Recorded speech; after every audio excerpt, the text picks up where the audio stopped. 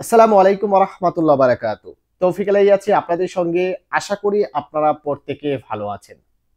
Visa যারা আমরা বর্তমানে নিতে চাচ্ছি, যারা বর্তমানে সৌদি আরবে আসতে চাচ্ছি, এই ভিসার রমরমাট ব্যবসার ফাঁদে যদি আপনি একবার পা দেন, তাহলে কিন্তু অনেক বড় বিপদে পড়তে পারেন আপনি।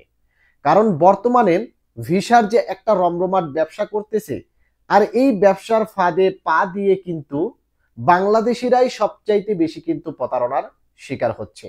তো আজকের ভিডিওতে আপনাদেরকে খুবই গুরুত্বপূর্ণ কিছু তথ্য দিব এবং খুবই বড় একটি সতর্ক বার্তা আপনাদেরকে জানিয়ে দিব, যেটা কিন্তু আপনাদেরকে কখনোই কেউ জানাবে না। আর আমি নতুন যারা সৌদি আরবে আসবে এদেরকে নানাভাবে নানা তথ্য দিয়ে কিন্তু সতর্ক করার চেষ্টা করি। এরপরেও কিন্তু তারা আমার কথাগুলো না বিশ্বাস করার ফলে প্রতারকের ফাঁদে পা দিয়ে কিন্তু নানা রকম বিপদে পড়তেছে। তো আজকের ভিডিওতে এই ভিসার যে রমরমাট ব্যবসা চলতেছে, তারা কিভাবে এই ব্যবসাটা করতেছে এবং কিভাবে প্রতারণার শিকার হচ্ছে প্রবাসীরা, এবং এখান থেকে বের হওয়ার উপায় কি, এই সম্পর্কে আজকের ভিডিওতে তথ্য দেওয়ার চেষ্টা করব। অবশ্যই সম্পূর্ণ ভিডিওটি দেখবেন এবং ভিডিওটি যদি ভালো লেগে থাকে অবশ্যই ভিডিওটিকে শেয়ার করে দিবেন। তো নাম্বার 1 হচ্ছে, যারা ভিসার ব্যবসা করতেছে তারা আসলে কিভাবে করতেছে, তারা কিভাবে প্রবাসীদের সাথে প্রতারণা করতেছে। দেখেন, নাম্বার 1 হচ্ছে মুআসাসা খুলে বলে কোম্পানি। অর্থাৎ বিভিন্ন প্রতারক চক্র রয়েছে, তারা কি করে একটি মুআসাসা খোলে। সেই মুআসাসা খুলে যখন সেই মুআসাসা থেকে 50টা বা 100টা ভিসা তোলার পরে এই ভিসাগুলো বাংলাদেশে পাঠায়। কিন্তু যাদের কাছে ভিসাগুলো বিক্রি করে, অর্থাৎ আমাদের মতো যারা প্রবাসী রয়েছে তাদের কাছে যে ভিসাগুলো বিক্রি করা হয়, যারা নতুন আসবে তাদেরকে বলা হয় যে এটা হচ্ছে কোম্পানি ভিসা, একটি কোম্পানির নাম বলা হয় এবং তারপর বলা হয় তাদেরকে অমুক চাকরি দিবে, তমুক চাকরি দিবে, ভালো বেতন দিবে, এরকম কিন্তু প্রলোভন জাতীয় বিভিন্ন তথ্য বা বিভিন্ন কথা তাদেরকে বলা হয়।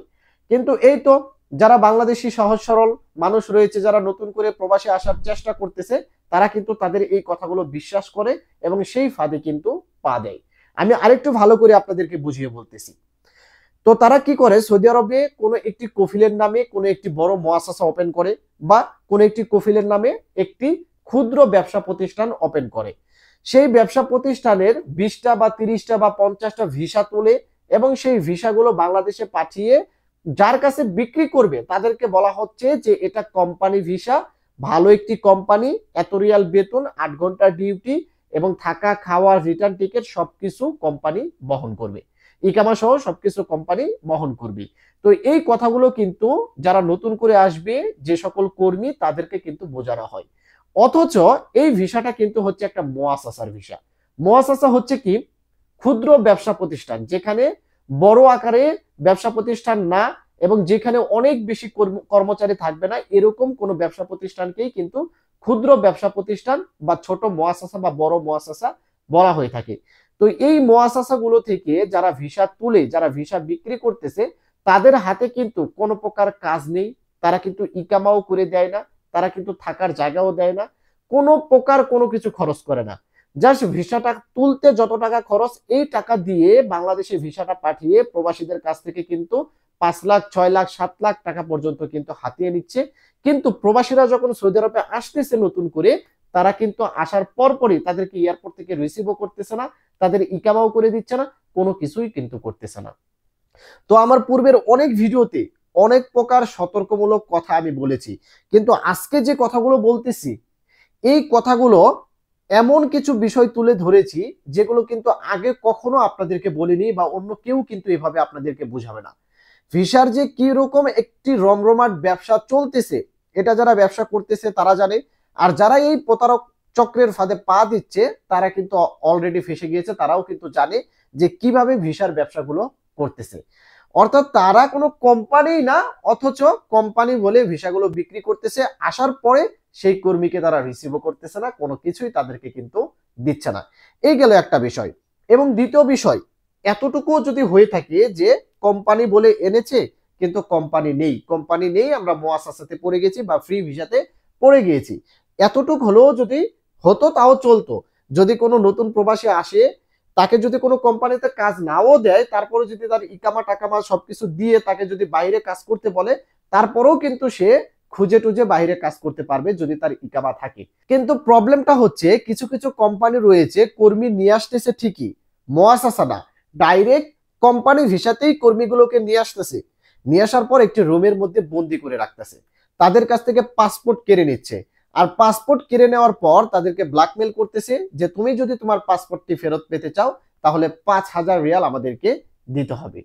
শেষমেশ কোনো দিশা না পেয়ে প্রবাসীরা কিন্তু এই 5,000 রিয়াল জোগাড় করতেছে, দেশ থেকে নিয়ে আসতেছে, তারপর সেই প্রতারক চক্রের হাতে কিন্তু সেই 5,000 টাকা তুলে দিচ্ছে।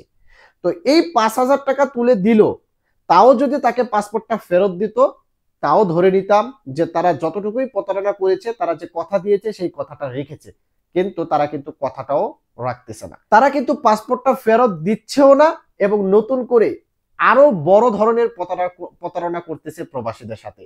তো নাম্বার 1 বলেছি মুআসাসা খুলতেছে, নাম্বার 2 বললাম পাসপোর্ট নিয়ে তাদেরকে ব্ল্যাকমেল করতেছে, পাসপোর্ট রেখে দিয়ে তারপর টাকা চাচ্ছে, 5,000 10,000 রিয়াল দিলে তারপর তাদেরকে পাসপোর্ট ফেরত দিবে, এই কথা বলে কিন্তু টাকা দিচ্ছে কিন্তু পাসপোর্ট ফেরত দিচ্ছে না। এরপর তাদেরকে কি করতেছে, তাদের নামে মামলা করে দিচ্ছে। আর এই মামলাটা করতেছে কখন, এই মামলাটা করার পূর্বে এই কর্মী যখন নতুন সৌদি আরবে আসে তখন সাদা একটি কাগজে, সাদা একটি ফাইলে তাদের নামে সিগনেচার করে টিপসই রেখে দিচ্ছে। আর সেই সাদা পেপারটাতে তাদের নিজের মতো করে কিন্তু টাইপ করে লিখতেছে যে এই কর্মী, যে কর্মী এসেছে সে কোম্পানির কাছ থেকে 20,000 রিয়াল বা 30,000 রিয়াল নিয়েছে, যতদিন পর্যন্ত এই 20,000 রিয়াল 30,000 রিয়াল না দিবে ততদিন পর্যন্ত সে দেশে যেতে পারবে না। এই ধরনের মামলা করে দিচ্ছে কিন্তু কর্মীর উপরে। দেখেন তাহলে মানুষ কতটা নরপিশাচ হলে এই কাজগুলো করতে পারে। প্রথমে তো মিথ্যা কথা বলতেছে, কোম্পানি না মুআসাসা খুলে কর্মী নিয়ে আসতেছে, পাসপোর্ট নিয়ে আসার পর তাদের কাছে ব্ল্যাকমেল করে এই পাসপোর্ট থেকে টাকা খাচ্ছে, এরপর আবার কোম্পানি তাদেরকে মামলা করে দিচ্ছে, মামলা করে দিচ্ছে, এরপর আবার কি করতেছে, টার্মিনেট করতেছে অথবা খুরুজ নেহাই দিচ্ছে। দেখেন একটা নতুন প্রবাসী এসে যদি এতগুলো জিনিস ফেস করে তাহলে এমনিতেই সে আপসেট হয়ে যাবে। আর বর্তমানে প্রবাসীদের মৃত্যুর হার বাড়ার কিন্তু একমাত্র এটাই কারণ, তারা ডিপ্রেশনে চলে যাচ্ছে। আর ডিপ্রেশনে কিন্তু ফ্যামিলিগত ভাবেই যে যাচ্ছে তেমনটা নয়, নতুন আসার পর যখন তার কোম্পানিকে খুঁজে পায় না, নতুন আসার পর যখন পাসপোর্ট কোম্পানি রেখে দেয়, নতুন আসার পর যখন কোম্পানি মামলা করে দেয়, তখন একটা প্রবাসী, নতুন প্রবাসীর কি পরিস্থিতি হতে পারে এটা যারা আমরা সৌদি আরবে আছি তারাই কিন্তু একমাত্র বলতে পারি। আসলে যারা এই ধরনের ব্যবসা করতেছে ভাই, তাদের কি মৃত্যুর একটু ভয় নেই? তারা কি কোনোদিন মৃত্যুবরণ করবে না? ভাই 1 মিনিটের, 1 সেকেন্ডের, 1 ন্যানো সেকেন্ডের নিঃশ্বাসের ভরসা নেই। আর আমরা এই টাকার পিছনে, এই দুনিয়ার পিছনে দৌড়াতে দৌড়াতে দেখেন প্রবাসীদের সাথে কত রকমের ছলনা করতেছি। তো যারা এই ধরনের কাজ করতেছেন ভাই, কোম্পানি নেই কিন্তু কোম্পানি বলে কর্মী নিয়ে আসতেছেন, পাসপোর্ট রেখে দিয়ে প্রতারণা করতেছেন, ব্ল্যাকমেল করতেছেন, তাদের নামে মামলা করে দিতেছেন, আল্লাহর রস্তে ভাই আপনারা এই সকল কাজ থেকে বিরত থাকুন। কারণ আপনারও ভাই বোন আছে, আপনারও আত্মীয় স্বজন আছে, আপনারও মা বাবা আছে। যদি আপনি এরকমটা অন্যের সাথে করেন, আপনার কারোর সাথে যদি এরকমটা হতো, আপনার নিজের সাথে যদি এরকমটা হতো তাহলে কি পরিস্থিতি ফেস করতেন আপনি একবার আকল দিয়ে এই চিন্তাটা করে দেখবেন। আমি জানি আমার এই ভিডিওগুলো বিভিন্ন দালাল কোম্পানি, বিভিন্ন দালাল এবং ভালো মানুষ সকলে মিলে জিলেই দেখে, কারণ আমার ভিডিও কমেন্ট বক্স চেক করলে আমি বুঝতে পারি কে ভালো কে খারাপ, কে আমার এই ভিডিওটাকে নেগেটিভ ভাবে নিচ্ছে বা পজিটিভ ভাবে নিচ্ছে। তো আমি জাস্ট এতটুকুই করতেছি, যারা নতুন করে আসতে চাচ্ছে তারা যেন ভবিষ্যতে প্রতারণার শিকার না হয়, এজন্যই কিন্তু এই তথ্যগুলো আপনাদেরকে দেওয়ার চেষ্টা করি।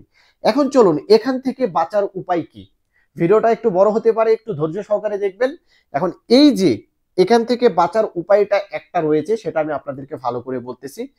যদি আপনি সৌদি আরবে আসতেই চান, কোম্পানিটা ভালো করে চেক করবেন। ধরেন আপনি সাপ্লাই কোম্পানি বা সাপ্লাই কোনো মুআসাসাতে পড়েই গেছেন, এখন উপায় কি? আসার সঙ্গে সঙ্গে যদি আপনি দেখেন যে আপনার ভিলাতে শয়ে শয়ে লোক বসে আছে, কাউকে কাজ দিতে পারতেছে না, তখনই বুঝে নেবেন যে আপনি সাপ্লাই কোনো কোম্পানিতে পড়ে গেছেন। তখন কোনোভাবেই আপনার পাসপোর্টটিকে কোম্পানির হাতে দিবেন না, কারণ যে কোনো মুহূর্তে আপনাকে এই কোম্পানি থেকে চলে যেতে হতে পারে।